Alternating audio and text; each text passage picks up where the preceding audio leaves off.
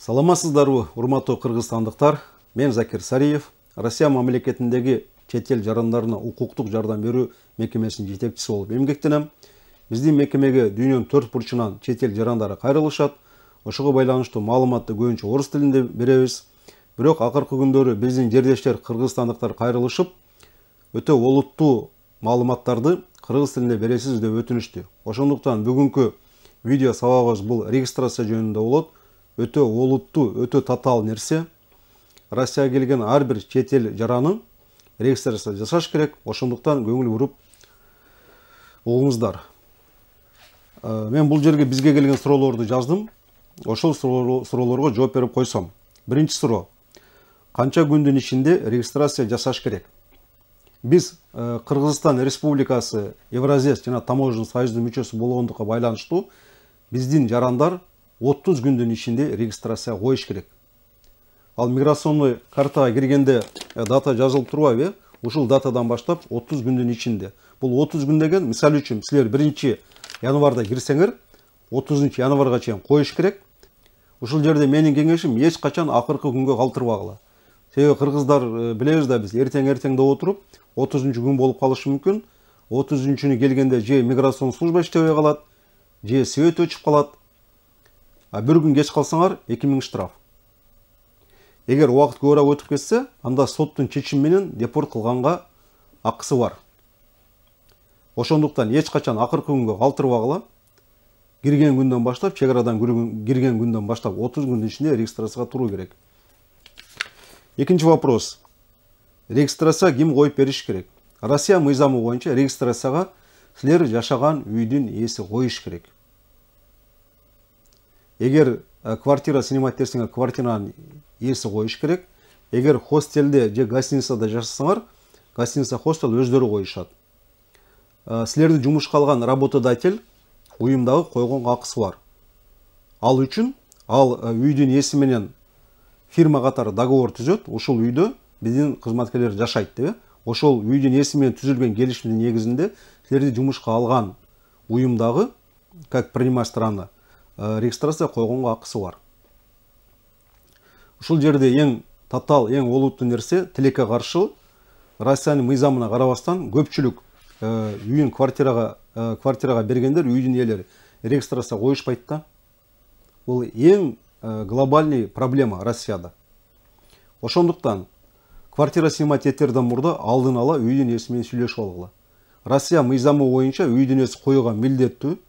Эгер силер жашаган үйдүн ээси регистрация койбосо, 2000ден 4000ге чейин штраф. Бул мындай деп коюлат мыйзам боюнча: за незаконное предоставление жилого помещения. 2000ден 4000ге чейин штраф. Ушул жерден суроо, эмне үчүн алар койгусу келбейт? Биринчиден, налог төлөш керек. Налог болгону 13%. Мисалы үчүн, эгер комнатты 10.000 рубльге алсаңар, 13% 1300 рубль. Үйдүн ээси айына 1300ден төлөш керек. Эгер үйдүн ээси самозанятый болсо, ал көпчүлүк региондордо жок, кээ бир региондордо бар да, ошондой самозанятый деп коет. Эгер юрлицого тапшырса квартирасын 6%, эгер жеке адамга берсе 4%. Алар ошол налогдон качып регистрация койгусу келбейт. Мен силерге кеңешим, биринчиден түшүндүрүп айткыла, мыйзам боюнча милдеттүүсүз деп. Эгер эч макул болбосо, эгер мен налог төлөбөйм эмес, анда айткыла, ошол налогду биз эле төлөйлүчү деп. Эмне үчүн? Налогду мен жогоруда айттым го, эгер 10.000 алсаңар, бир айда 1300 болуп атабы, Эгер ал жерде жашап регистрация башка жерде болсо, кармаган сайын 2000ден штраф. Эгер бир жылдын ичинде 2 штраф болсо, по режиму пребывания деп коет, экинчиси за нарушение общественного порядка. Анда силерди кара тизмеге киргизип коет. Элди айтат, черный список деп. Ошондуктан үйдүн ээси менен сүйлөшүп, эгер налог болсо биз төлөп берели дегиле, утасыңар да. Бир жерде жашап, аны регистрация башка жерге болгонго карагандачы. Экинчи себеби бул убактысы болбошу мүмкүн. Эгер убактысы болбосо, анда нотариуска барып туруп эле үйдүн ээси силерге согласие берет. Согласие бергенде ошол согласияда силердин аты жөнүңөр жазылыш керек. Ал жалпы бере албайт. Мен Иванов Иван Иванович чет эл жарандарына регистр кылганга уруксат берем деп дебестен ар бир чет эл жаранын аты жөнү жазылыш керек, паспортный данные. Ошондуктан ушул темага өтө көңүл бургулады. А биздин көпчүлүгү эптеп квартира тапсам болду дейт дагы, квартира снимать этет, андан кийин баягы ортомчуларды издешет. Ортомчулар буларды берки алкаштарды же наркомандарды таап туруп ошолордун үйүнө оптом коюшат да. Ошондо бир квартирада 10-дон, 20-дан, 100-дөн регистрация болсо, муну миграция кызматкери, полиция кызматкери компьютерден көрүп турат дагы, кийин алардын баарын учеттон чыгарып коет, базаданчы. Ошондуктан болуп жатпайбы, Кыргызстанга барып келет дагы, келгенде мисалы үчүн аэропорттон чыгарбайт. Себеби силер дейт кара тизмеге кирипсиңер дейт. Анан алар түшүнүп түшүнбөй эле менин регистрациям бар болчу дейт, мен эч нерсе бузган эмесмин дейт. Себеби тиги миграционный служба базадан, ФМСтен базадан чыгарып койгонун билишпейт да. Ошондуктан менин кеңешим ар кимге жем болбой, мындай жалпак тил менен айткандачы, эгер үйдүн ээси регистрация кылбаса, мындай квартираларды снимать этпегиле. Эгер снимать этсеңер, 3 жолу төлөп каласыңар да. Биринчиден үйдүн ээсине төлөйсүңөр жашаган үчүн. Экинчиден ортомчуларга төлөйсүңөр. Ортомчулар эч качан таза кылбайт. 99%. Үчүнчүдөн штраф төлөйсүңөр. Төртүнчүдөн депорт болосуңар. Чорный списокко түшөсүңөр. Ошондуктан квартира снимать эткен алдын ала сүйлөшкүлө. Бир мисал келтирейин. Дүйнөлүк практикада билесиңер, мурда Индия Англиян колониясы болгон. Ошондо индиялык саясий коомдук ишкер Ганди өз элине кайрылганда англичандар да иштебегиле. Англичандар чыгарган буюмдарды сатып албагыла деп. Ошондо булар кетүүгө мажбур болот деген. Ошондой эле болду. Индия эли англичандар да иштебей, англичандар чыгарган буюмдарды албай, кийин англичандар Индиядан кетүүгө аргасыз болгон. Индия мамлекети ошентип көзү карандысыздыкты алган. Ошондуктан мен биздин кыргыздарга гана эмес, биздин уюмга келген чет эл жарандарына кайрылам. Эгер жашаган үйдүн ээси регистрация кылбаса, жашабагыла.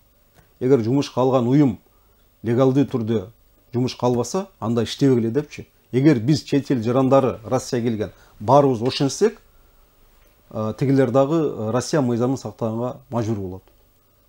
Ушул тема боюнча, мисалы үчүн, акыркы 5-6 жылда Россия мамлекетинин ички иштер министерствосу, полициясы өтө катуу иштеди. Көптөгөн үй ээлерине квартирасын барымтага берип, бирок регистрация кылбагандарга өтө чоң штрафтарды жазышты. Ортомчулардын көбүн камашты. Алардын ичинде условный реальный срок алгандар бар. То есть Россия бийлигинин полициясы бул тема боюнча иштеп жатат. Бирок биз дагы иштешибиз керек да. Эгер биз баарыбыз ошентсек, тиги квартирасын тапшыргандар, жумушка алган уюмдар дагы өз мамлекетинин мыйзамын сактоого мажбур болот. Бирок мен ойлойм, биздин Кыргызстан бийлиги дагы мындай официалдуу түрдө Россия бийлиги менен, МВД менен элчилик аркылуу ушул вопрос боюнча дагы өз жумуштарын жасашат депчи, мен буга ишенем.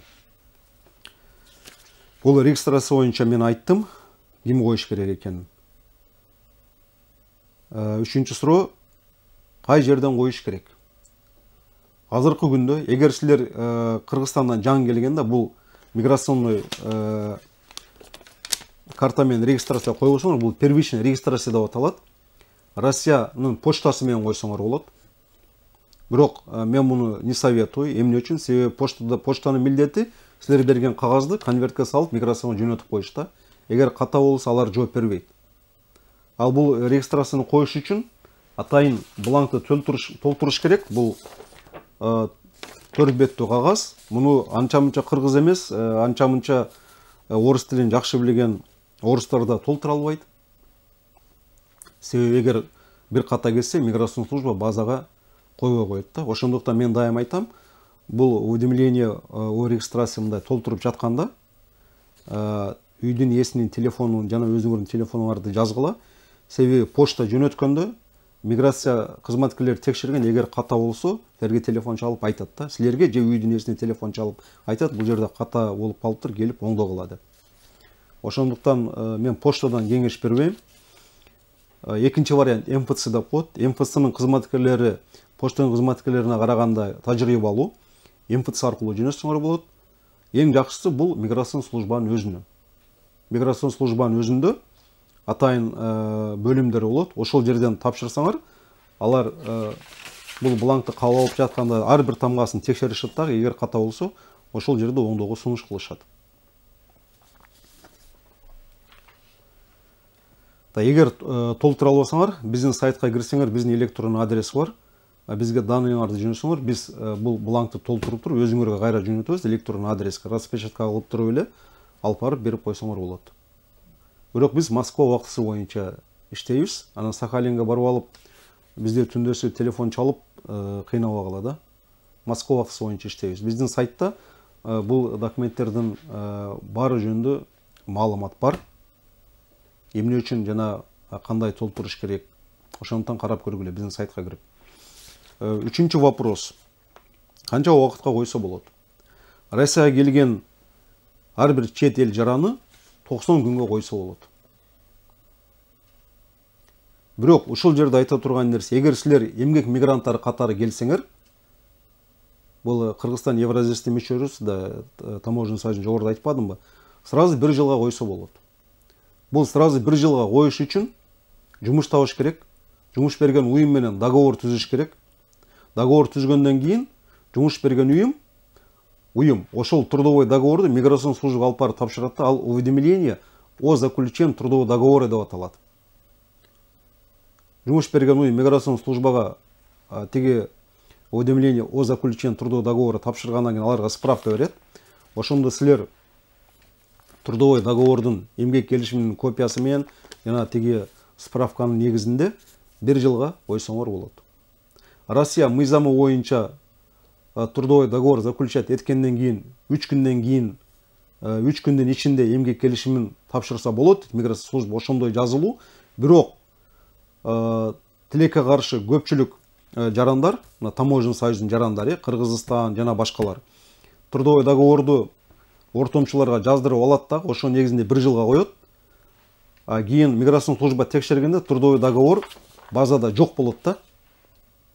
Мен жогоруда айттым го, трудовой договорду отдельно тапшырыш керек миграцион службага деп. Регистрацияны 1 жылга койду трудовой договор негизинде. Бирок эгер эмгек келишими миграцион службанын базасында жок болсо, анда регистрацияны аннулируйт. Түшүндүңөр да? Ошондуктан баары мыйзам боюнча жасаш керек. Азыркы убакытта биринчиден Россияга келген ар бир чет эл жараны Россия мамлекетинин мыйзамын сактоого милдеттүү. Экинчиден, азыркы убакытта мыйзамды сактоо бул мигранттардын өзүнө пайдалуу. Ушуну сактап койсоңуздар. Азыркы күндө Россия мыйзамын сактоо мигранттардын өзүнө өтө пайдалуу. Дагы бул жерде айта турган нерсе, кайсыл документ менен кирсеңер, ошол документ менен жүргүлө Россияда. Бизде ID карта бар, загранпаспорт бар, кээ бири загранпаспорт менен кирет дагы, бул документтерди ID карта менен толтурат, болбойт. Эгер кайсыл документ менен чек арадан өткөнү унутуп калсаңар, миграционный картаны карасаңар, бул жерде ошол силер миграция эмеге тиги чек ара кызматкерлерине көрсөткөн документтин номери турат.